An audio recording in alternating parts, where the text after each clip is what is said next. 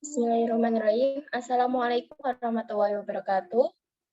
Yang terhormat Ibu Retno Trihandayani SE MSI dan yang terhormat teman-teman kelas 3E Komunikasi Bisnis. Pada pertemuan kali ini, saya Safira Megarizkiani yang akan berperan sebagai moderator jalannya diskusi kelompok 5. Dengan topik yang akan kita bahas adalah proses penulisan pesan-pesan bisnis. Sebelumnya, izinkan saya memperkenalkan anggota kelompok kami. Next.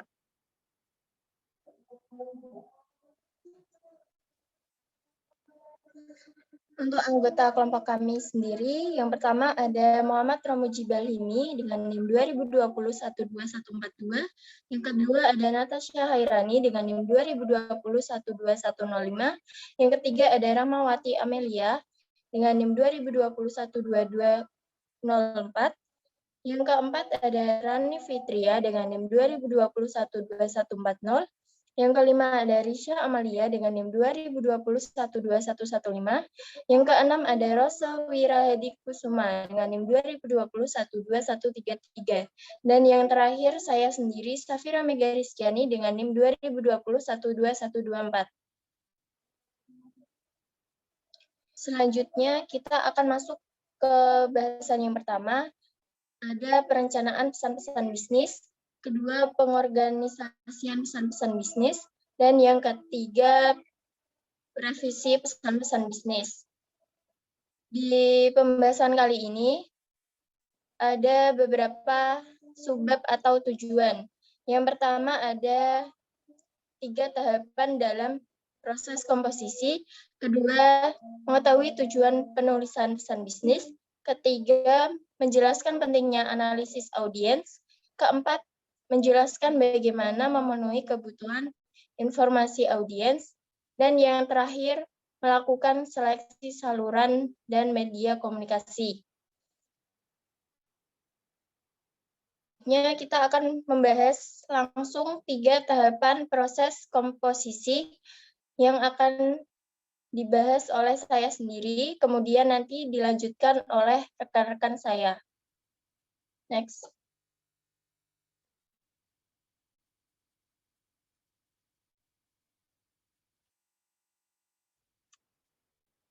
Oke, pemahaman komposisi. Pemahaman proses komposisi.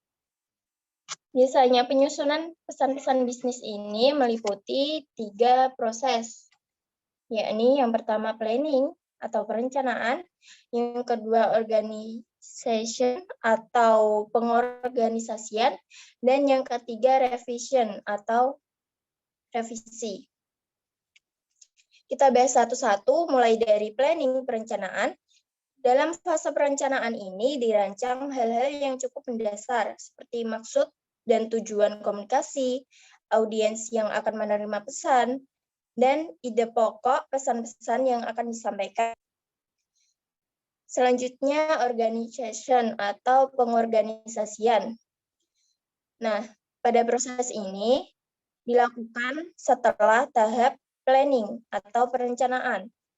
Di sini membahas tentang mengorganisasikan ide dalam bentuk draft atau kata dengan cara merangkai sebuah kalimat yang sederhana dan mudah dipahami. Ketiga ada revision atau revisi. Nah, ini dilakukan setelah ide-ide yang dituangkan, kata-kata yang dituangkan dalam organization. Next.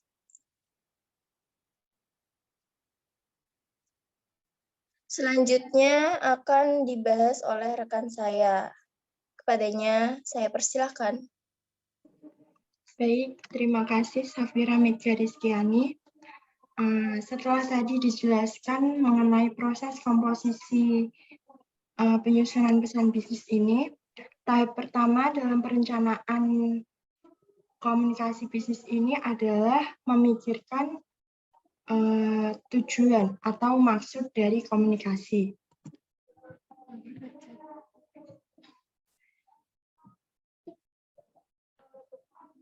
Tujuan yang jelas itu akan membantu mengarahkan suatu organisasi untuk mencapai tujuan.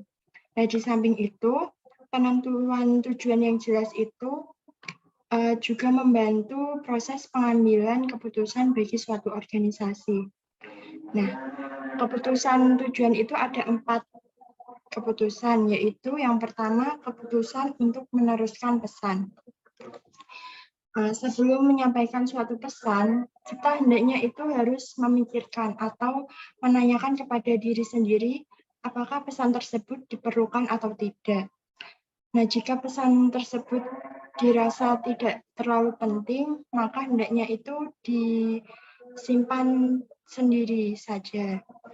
Nah, sebaliknya jika pesan tersebut dirasa penting atau mempunyai pengaruh yang besar, maka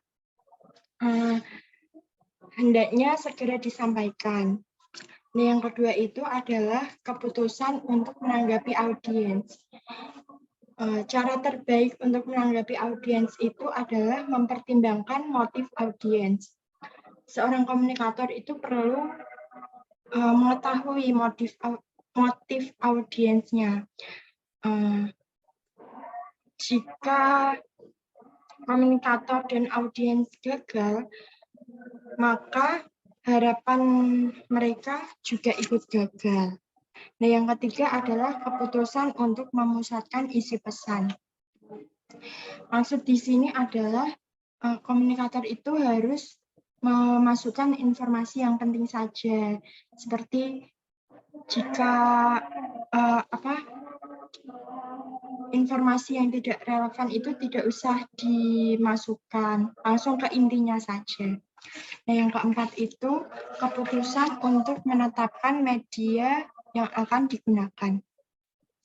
Penentuan media atau saluran yang digunakan itu sangat bergantung pada tujuan yang dikehendaki.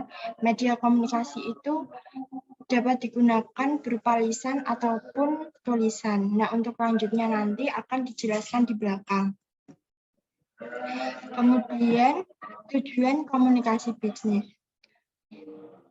Secara umum itu ada 3 tujuan komunikasi bisnis. Yang pertama itu informasi, persuasi, dan kolaborasi. Nah, untuk informasi itu memberikan informasi yang berkaitan dengan dunia bisnis ke pihak lain. Contohnya, seorang pemimpin perusahaan membutuhkan seorang pegawai staf administrasi untuk dikerjakan di kantor cabang. Maka pimpinan perusahaan itu membuat lowongan pekerjaan dengan media iklan atau majalah, internet, dan lain-lain. Nah, setiap media itu mempunyai keunggulan dan kelemahan masing-masing. Yang kedua itu persuasi, melakukan persuasi kepada pihak lain agar apa yang disampaikan bisa dipahami dengan baik. Hal itu sering dilakukan, terutama berkaitan dengan negosiasi antara individu dengan individu lain. Nah, untuk memperoleh hasil yang optimal dalam negosiasi, setiap pihak itu perlu memahami prinsip win-win solution. Artinya, kedua belah pihak itu memperoleh manfaat tanpa merasa harus ada yang dikorbankan. Nah, yang ketiga itu kolaborasi. Melakukan kolaborasi dengan seseorang dan orang lain. Melalui jalinan komunikasi bisnis ini, seseorang dapat dengan mudah melakukan kerjasama bisnis, baik dengan perusahaan domestik maupun perusahaan asing. Nah, kemudian untuk mengetahui apakah tujuan tersebut sudah baik atau belum, kita perlu melakukannya pengujian, yaitu dengan 4 pertanyaan ini. Yang pertama adalah, apakah tujuan itu realistis? Tujuan yang disampaikan hendaknya itu realistis. Dalam artian, ide atau pesan yang disampaikan bisa disesuaikan dengan kemampuan yang ada, seperti dalam kemampuan finansial, manajerial, dan teknik operasional. Nah, yang kedua, apakah waktunya tepat? Dalam penyampaian suatu ide atau pesan itu, kita perlu mempertimbangkan apakah waktunya itu sudah tepat atau belum. Contohnya, di dalam suatu perusahaan, ide untuk melaksanakan ekspansi pabrik di saat krisis moneter, hal ini mempunyai kecenderungan ditolak karena penyampaiannya yang tidak tepat waktu. Yang ketiga adalah apakah orang yang mengirimkan pesan sudah tepat. Nah, yang ketiga ini adalah ide atau pesan yang disampaikan oleh seseorang yang berkedudukan tinggi itu cenderung lebih dapat dipercaya. Nah, sebaliknya, jika yang menyampaikan pesan itu berkedudukan lebih rendah, maka cenderung lebih tidak dipercaya. Nah, yang terakhir, apakah tujuannya selaras dengan tujuan organisasi perusahaan? Tujuan penyampaian pesan itu hendaknya mengacu pada tujuan organisasi. Oleh karenanya, dalam penyampaian pesan bisnis kepada audiens, usahakan pesan bisnis tersebut sesuai dengan kebijakan organisasi. Untuk slide selanjutnya, saya persilakan rekan saya Rizka Amelia. Selanjutnya yaitu analisis audiens. Jika komunikasi telah memiliki maksud dan tujuan yang jelas, langkah berikutnya adalah memperhatikan audiens yang akan dihadapi. Siapa mereka, bagaimana pemahaman atau pengetahuan mereka, latar belakang usia, pendidikan, jenis kelamin mereka, bagaimana minat mereka, dan apa yang ingin mereka ketahui. Next.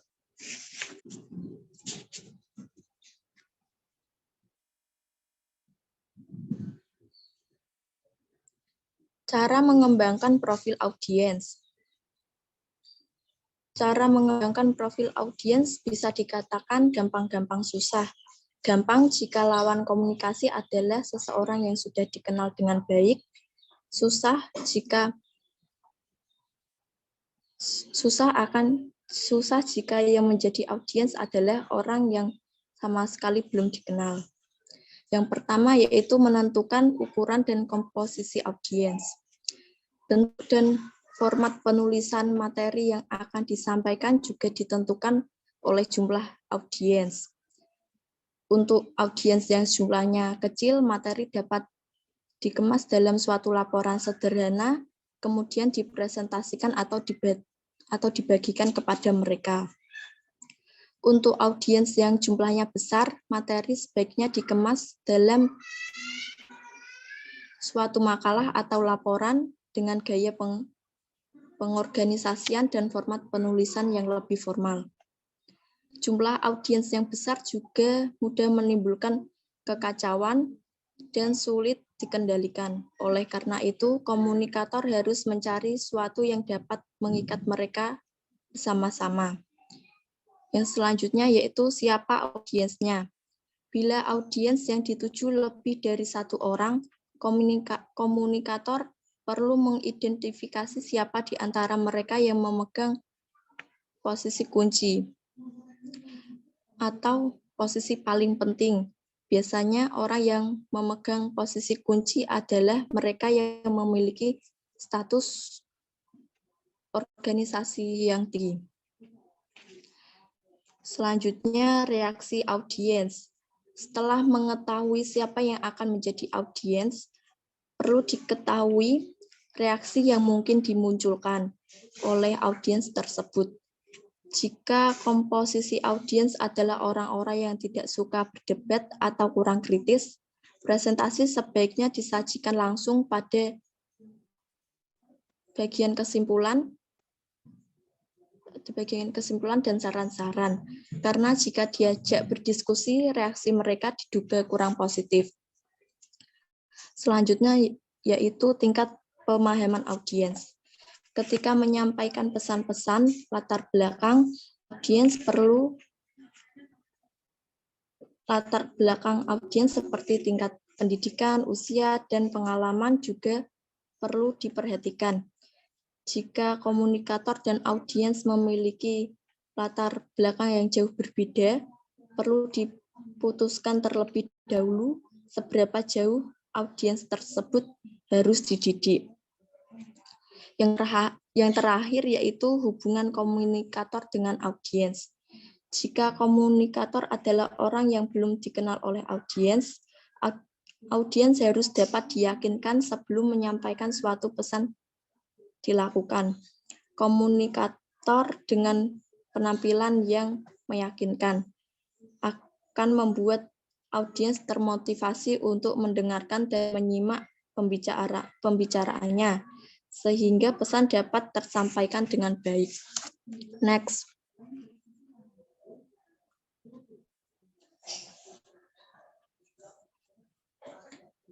Cara memuaskan audiens akan kebutuhan informasi.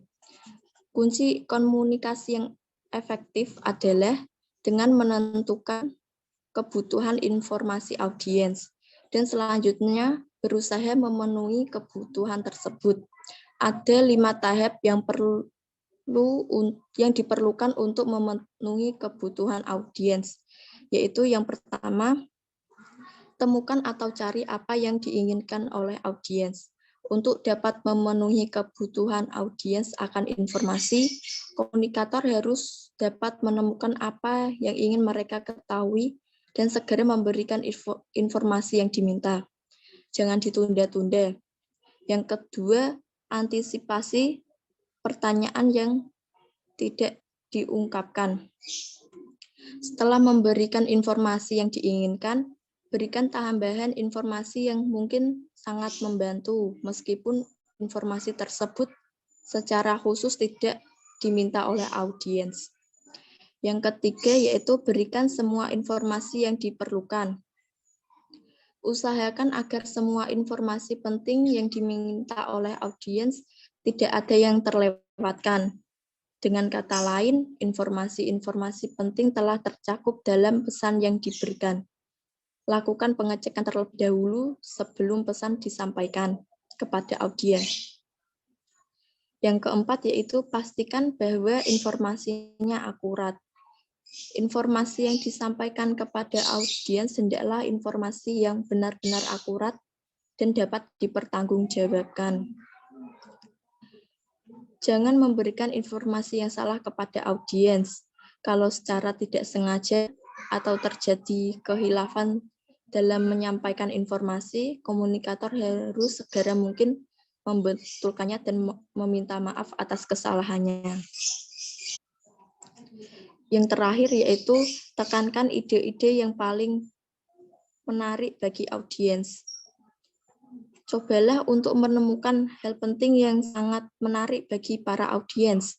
Selanjutnya berikan perhatian khusus atau perhatian yang lebih kepada hal tersebut. Apabila hal tersebut dapat dilakukan dengan baik, berarti komunikator telah berhasil memberikan suatu kepuasan yang tidak terhingga kepada audiensnya. Next.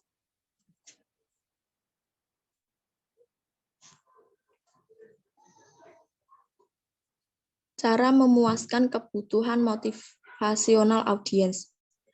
Beberapa jenis pesan bertujuan memotivasi audiens agar merubah sikap mereka, tetapi pemberian motivasi ini seringkali mengalami hambatan dan kendala. Hal ini disebabkan oleh adanya kecenderungan dari audiens untuk tidak mau mengubah sesuatu yang ada dengan hal yang baru. Bagaimana mengatasi kendala itu? Salah satu caranya adalah dengan mengatur pesan-pesan sedemikian rupa sehingga informasi yang disampaikan dapat diterima audiens dengan mudah. Pendekatan yang dapat dilakukan adalah dengan memberikan argumentasi yang bersifat rasional. Contohnya, jika seorang pemohon pinjaman harus mengurangi jumlah pinjaman yang telah ada sebelum menambah pinjaman baru yang lebih besar. Komunikator dapat menggunakan argumentasi sebab akibat untuk menjelaskan bahwa penambahan jumlah pinjaman akan sangat berbahaya bagi kepercayaan yang telah diberikan sekarang ini. Meskipun pendekatan dengan menggunakan argumentasi merupakan cara yang baik untuk menarik audiens, perlu juga mencoba menggunakan pendekatan emosi audiens. Contohnya seperti dalam usaha untuk menjual suatu produk, dapat ditekankan kepada calon pembeli bahwa produk tersebut dapat meningkatkan status atau gengsi pembeli di mata masyarakat.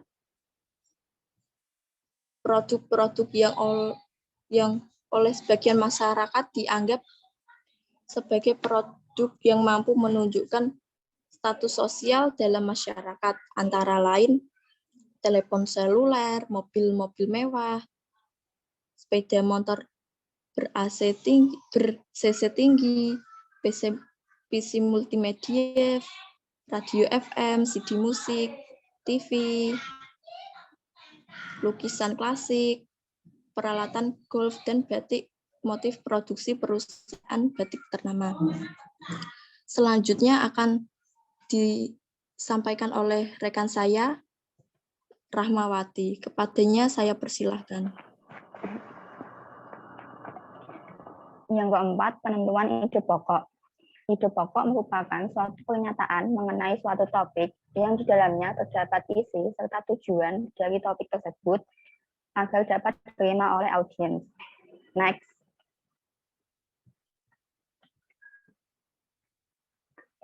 Di dalam komunikasi bisnis, dalam menentukan ide pokok, biasanya dapat dilakukan menggunakan beberapa teknik. Salah satunya yaitu menggunakan teknik curah pendapat atau brainstorming. Teknik brainstorming merupakan suatu cara penentuan ide pokok melalui keleluasaan pemikiran, yang artinya pikiran akan dibiarkan untuk mencari beberapa kemungkinan, mempertimbangkan tujuan dengan fakta yang ada, hingga mempertimbangkan audiens. Ada 5 teknik brainstorming dalam komunikasi bisnis. Yang pertama yaitu storyteller tour. Storyteller tour biasanya dilakukan melalui upaya untuk mendengarkan sebuah cerita. Lewat cara tersebut, maka kita dituntut untuk dapat fokus terhadap alasan berkomunikasi, memahami poin-poin utama, memahami nada, rasionalitas, dan juga implikasi yang baik di dalamnya. Yang kedua yaitu random list. Random list yaitu menghubungkan ide-ide yang ada di pikiran dengan menulisnya di sebuah kertas kosong, yang kemudian dipelajari hubungan antara ide yang satu dan ide yang lainnya, hingga dapat ditemukan poin mana yang penting dan mana yang tidak penting. Yang ketiga yaitu CFR atau Conclusion Finding Recommendation Worksheet. CFR merupakan suatu pemecahan masalah menggunakan lembar kerja atau worksheet yang akan membantu menemukan masalah, kesimpulan, conclusion, dan rekomendasi apa yang akan diberikan. Contohnya, penelitian menemukan bahwa merosotnya penjualan disebabkan oleh masalah kebijakan harga. Oleh karena itu, rekomendasi yang dapat pada pihak manajemen yaitu berisi anjuran untuk menurunkan harga pokok. Yang keempat yaitu journalistic approach. Journalistic approach merupakan jawaban terhadap pertanyaan who, siapa, what, apa, when, kapan, where, di mana, dan how, bagaimana, yang akan dapat menentukan dan menjelaskan dari ide pokok tersebut. Yang kelima yaitu question and answer chain, yaitu merupakan suatu pendekatan yang melihat dari sisi perspektif audiens yang dapat diketahui melalui dua jawaban atas pertanyaan, yaitu apa pertanyaan pokok audiens dan apa yang diinginkan oleh audiens, sehingga ide pokoknya dapat ditemukan. Next.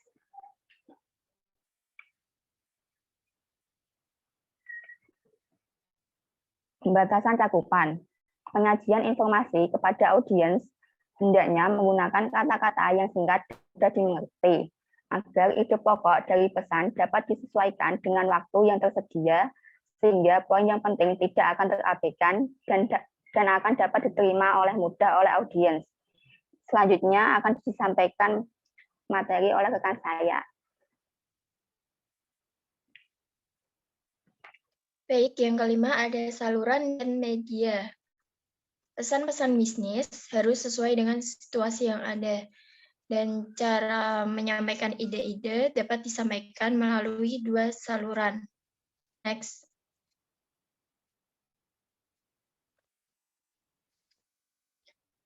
Yang pertama ada komunikasi lisan. Komunikasi lisan ini mencakup antara lain percakapan antara dua orang atau lebih, pembicaraan lewat telepon, wawancara kerja, pertemuan kelompok kecil, seminar, lokakarya, program pelatihan, pidato formal, dan presentasi penting lainnya. Komunikasi lisan ini mempunyai kelebihan, yaitu adanya feedback dan membuat audiens lebih nyaman. Kenapa begitu? Karena saluran ini itu digunakan ketika pesan yang akan disampaikan itu bersifat sederhana, tidak memerlukan catatan-catatan permanen, sehingga audiens dapat dibuat lebih nyaman. Kelebihan lainnya adalah sifat komunikasi ini yang ekonomis. Yang kedua ada komunikasi tertulis. Untuk komunikasi tertulis sendiri juga memiliki kelebihan, yaitu penulis mempunyai kesempatan untuk merencanakan dan mengendalikan pesan-pesan mereka. Komunikasi tertulis ini mencakup surat, memo, proposal, laporan, dan lain-lain. Suatu format tulisan diperlukan jika informasi yang disampaikan kompleks, dibutuhkan catatan permanen untuk referensi di masa yang akan datang, dan jumlah audiens besar dan menyebar. Jadi komunikasi tertulis ini lebih rumit daripada komunikasi lisan. Next.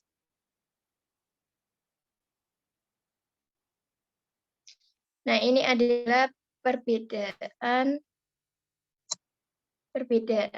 kapan sebaiknya seseorang memilih komunikasi lisan atau tertulis.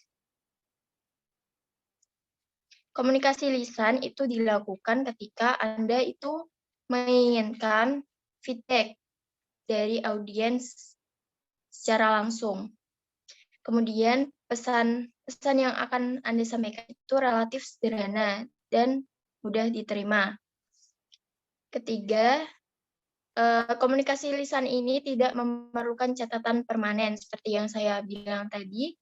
Yang keempat, Anda dapat mengumpulkan audiens lebih mudah atau ekonomis. Yang kelima, ini komunikasi lisan ini dapat secara langsung berinteraksi dalam memecahkan masalah. Kemudian komunikasi tertulis. Kebalikannya dari komunikasi lisan, komunikasi tertulis ini tidak memerlukan umpan balik yang segera.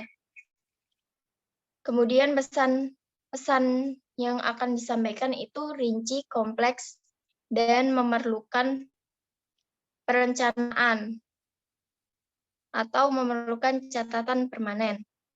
Selanjutnya, Komunikasi tertulis ini dilakukan ketika ingin mencapai audiens yang luas. Dan yang terakhir, komunikasi tertulis dilakukan ketika ingin meminimalisasi distorsi penyampaian pesan. Lanjut.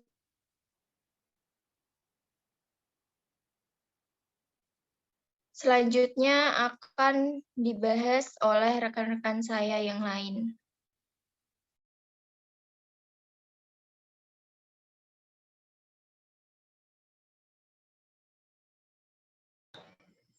Saya akan melanjutkan presentasi dari teman saya. Hal yang menyebabkan pesan-pesan tak terorganisasi dengan baik. Dalam satu organisasi, pesan yang disampaikan oleh pemimpin kepada bawahannya kadang tidak terorganisasi dengan baik. Hal ini menjadikan pesan yang disampaikan tidak mengenai sasaran atau hasil yang tidak sesuai dengan yang diharapkan.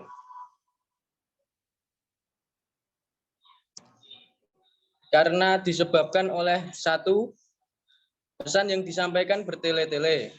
Pesan yang disampaikan tidak langsung menuju kepada pokok pembahasan, namun pesan tersebut dilakukan atau disampaikan secara bertele-tele. Yang kedua adalah memasukkan bahan-bahan yang tidak relevan, di mana pesan tersebut mengandung banyak bahan atau informasi yang tidak relevan kepada audiens dan menyebabkan si audiens tersebut kebingungan. Yang ketiga adalah penyajian ide-ide secara tidak logis. Penyebab selanjutnya adalah adanya ide-ide yang tidak logis dan tidak terkait dengan topik.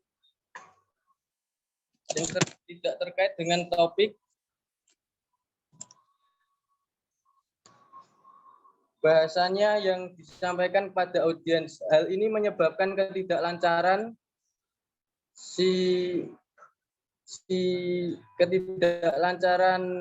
yang membawa informasi tersebut dan audiens mengalami kesulitan untuk memahami poin-poin penting yang disampaikan. Yang selanjutnya adalah informasi kadang kala tidak tercakupi di dalam pembahasan. Apabila pesan yang tidak relevan dan pesan-pesan yang tidak penting dan yang bersifat dominan, lebih akan ada kecenderungan di mana poin-poin yang disampaikan di dalam pesan-pesan tersebut akan terlupakan dari pembahasannya. Next.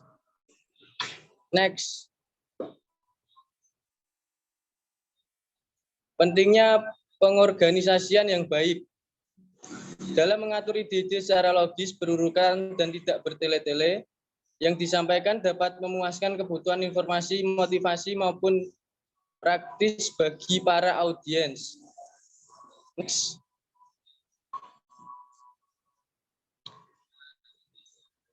Suatu pesan yang disusun dengan baik akan membantu audiens memahami pesan yang disampaikan. Membantu menghemat waktu audiens dan mempermudah pekerjaan komunikator, antara lain adalah membantu audiens memahami suatu pesan, di mana dengan mengemukakan poin-poin dengan jelas, maka audiens tersebut dapat mengerti dan memahami yang dimaksud dan disampaikan. Yang kedua adalah semua informasi harus berhubungan dengan subjek dan tujuan. Yang ketiga adalah ide-ide harus dikelompokkan dan disajikan dengan logis, di mana ide-ide yang dikelompokkan tersebut disampaikan dengan logis dan tidak ada kalimat yang bertele-tele. Yang keempat, semua informasi yang penting harus sudah tercakup, di mana di dalam penyampaian pesan tersebut, pesan-pesan yang penting harus sudah tercakup dalam isi pembahasan dan audiens lebih mengerti. Next.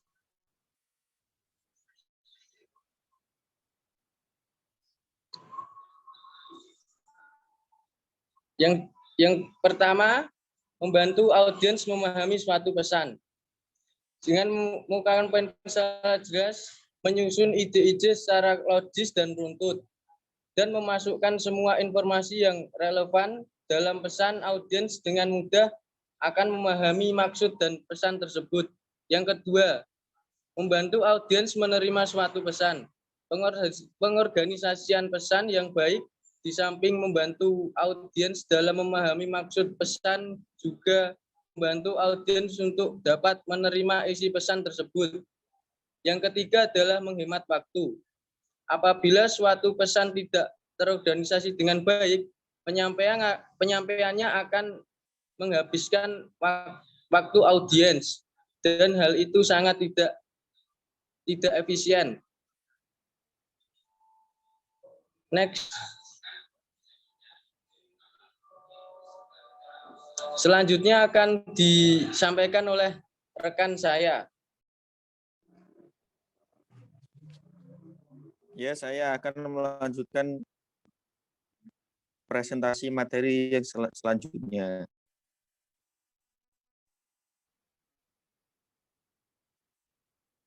Pengorganisasian pesan-pesan melalui outline. Dengan adanya outline akan membantu mengevaluasi hubungan antara bagian yang satu dengan bagian yang lainnya. Pada dasarnya untuk mencapai pengorganisasian yang baik diperlukan dua proses tahapan. Tahap pertama yaitu mendefinisikan dan mengelompokkan ide-ide. Memutuskan apa yang harus dikatakan adalah masalah yang mendasar yang harus dipecahkan oleh setiap komunikator. Jika materi yang disajikan lemah, apalagi tidak memiliki suatu gaya yang menarik, fakta yang didapat menjadi kabur.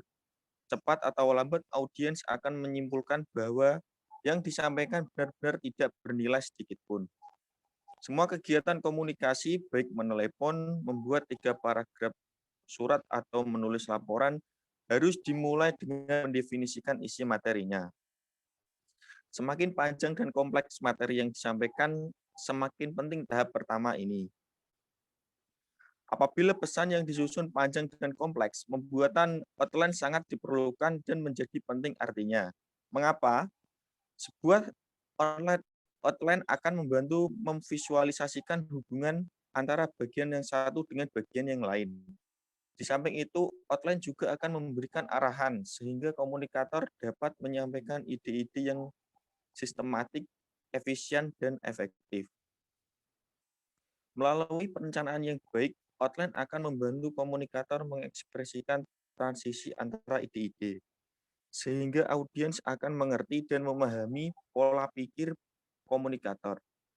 Susunan suatu outline secara garis besar digolongkan menjadi 3 golongan. Yang pertama, mulailah dengan ide pokok.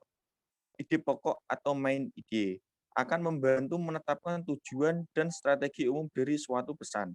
Ide pokok tersebut dapat dirangkum ke dalam 2 hal, yaitu hal-hal yang apa yang diinginkan agar dilakukan atau dipikirkan oleh audiens. Yang kedua, alasan yang mendasar, mengapa mereka harus melakukan atau memikirkannya. Yang kedua, yaitu nyatakan poin-poin pendukung yang penting. Setelah mendapat ide pokok pesan, tahap kedua adalah menyusun poin-poin penting lainnya sebagai pendukung ide pokok. Yang ketiga yaitu ilustrasikan dengan bukti-bukti. Tahapan ketiga dalam menyusun outline adalah memberikan ilustrasi dengan mengemukakan bukti yang berhasil dikumpulkan. Semakin banyak bukti yang disajikan, semakin baik outline yang dibuat. Next. Menetapkan urutan ide melalui perencanaan.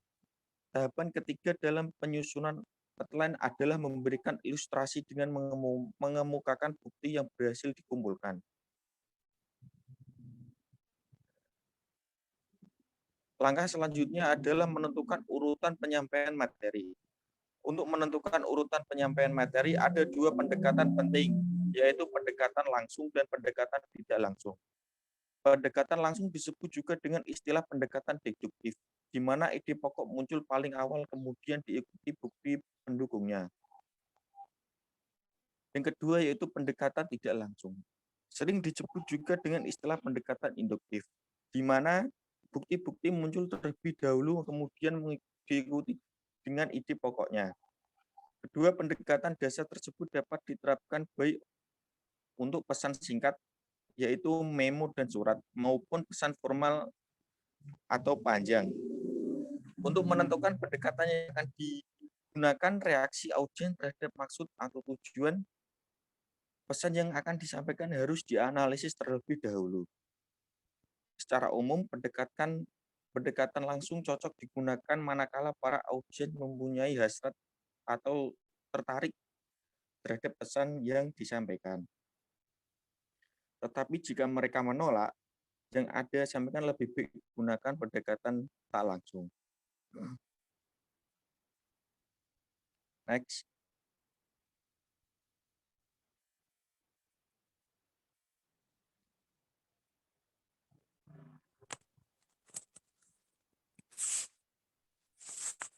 Yang selanjutnya, keterampilan merevisi.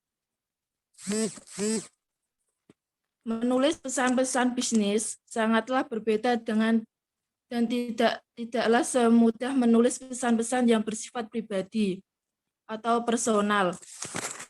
Seperti penulisan surat kepada orang tua, saudara kandung, paman, atau kawan akrab. Dalam menulis surat-surat bisnis yang baik diperlukan proses pemikiran, tenaga, dan waktu yang cukup. Akan berbahaya apabila penyampaian pesan-pesan bisnis cenderung dilakukan secara asal-asalan dan ceroboh, baik dari sisi substansi, isi pesan, maupun format penulisannya. Keterampilan merevisi ada dua.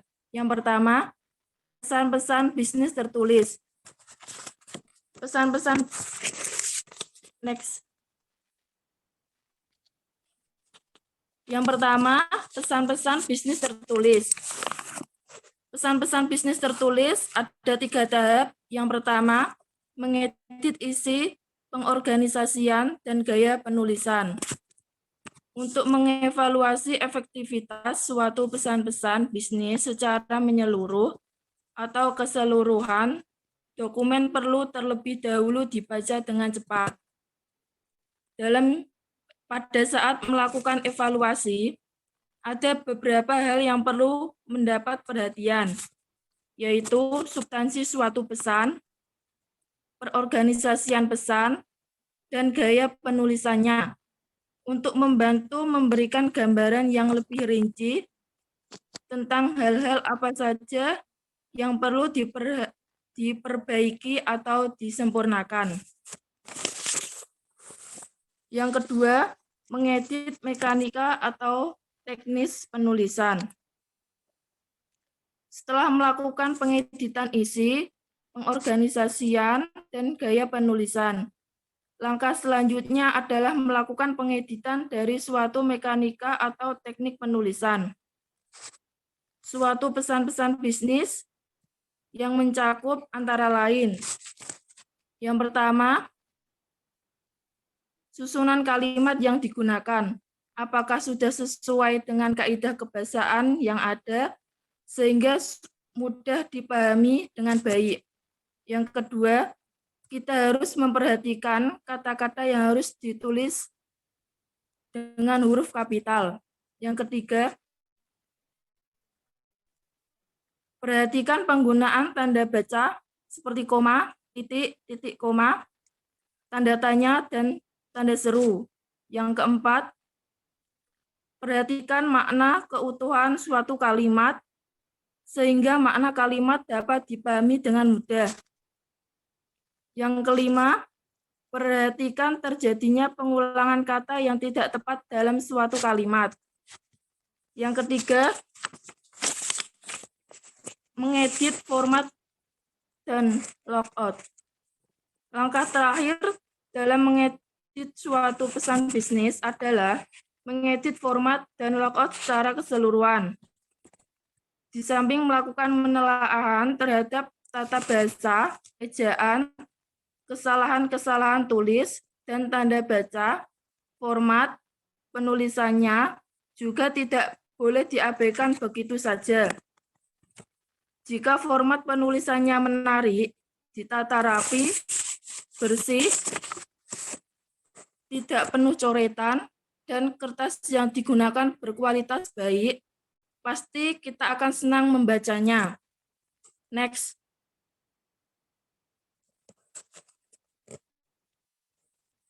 Yang tahap kedua, pesan-pesan bisnis tertulis. Pesan-pesan bisnis yang disampaikan secara lisan, seperti penyampaian pesan-pesan bisnis melalui rapat atau pertemuan bisnis, negosiasi, dan presentasi bisnis.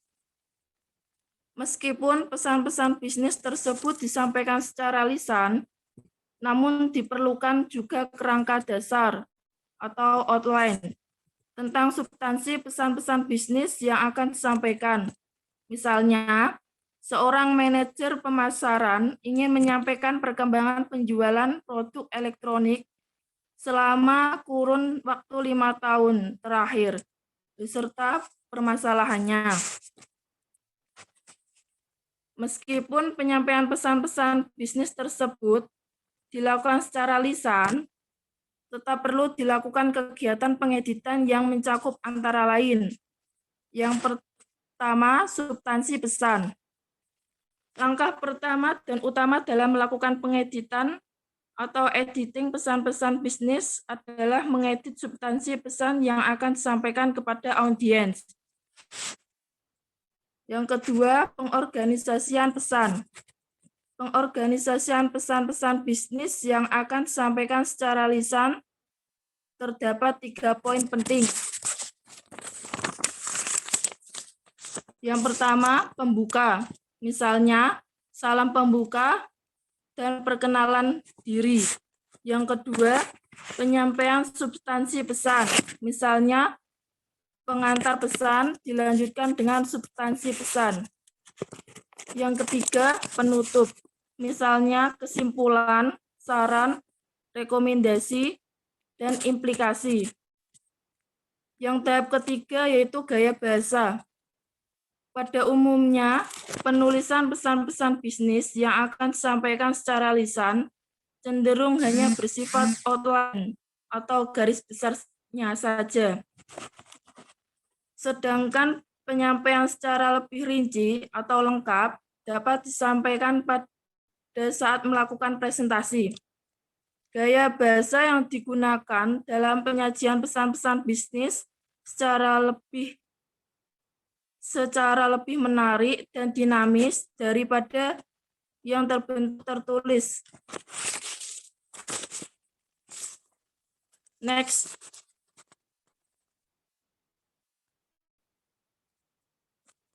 Yang selanjutnya yaitu pemilihan kata yang tepat. Pemilihan kata adalah penggunaan kata-kata tertentu untuk mencurahkan ide atau pikiran ke dalam suatu kalimat, agar pesan yang terkandung dalam kalimat yang disampaikan kepada orang lain dengan mudah dapat dimengerti. Dalam penyampaian pesan-pesan bisnis kepada audiens, peran kita menjadi penting. Penggunaan kata yang sama sekali tidak diketahui atau sangat asing bagi audiens. Oleh karena itu, agar maksud komunikasi dapat tercapai, perlu diperhatikan beberapa hal berikut. Yang pertama, pemilihan kata yang sudah familiar atau terkenal.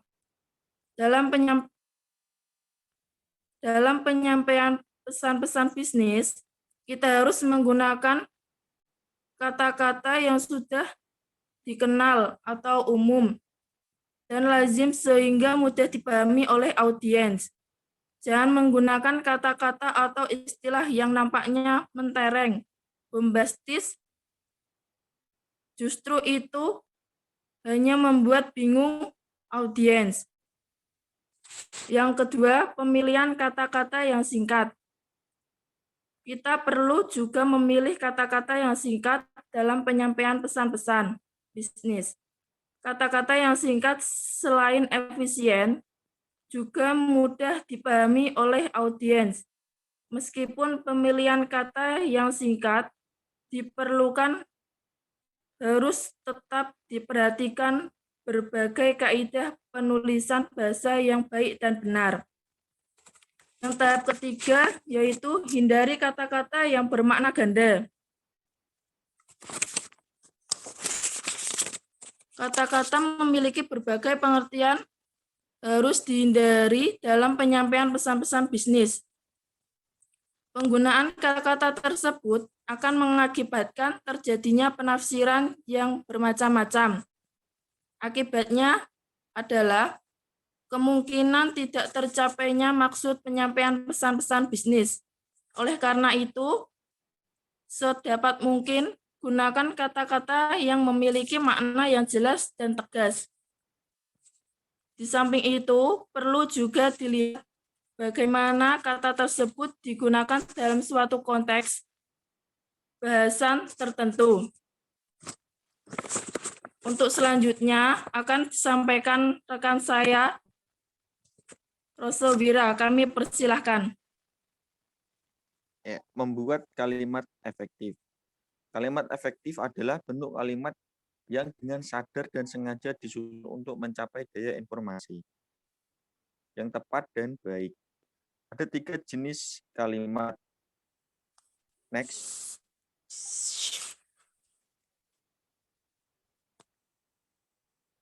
Next.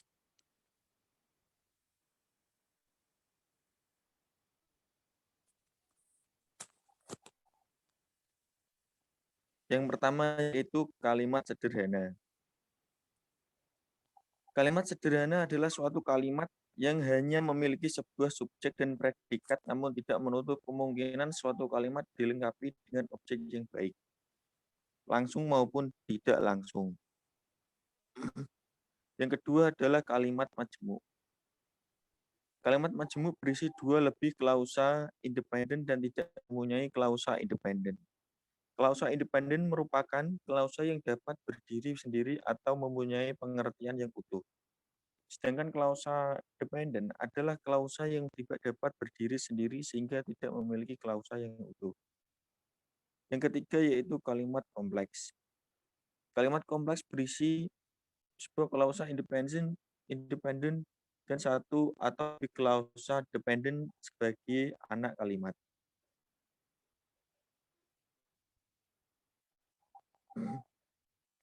Selanjutnya akan saya kembalikan ke teman saya, Romujibal Himi. Sekian presentasi dari kelompok kami.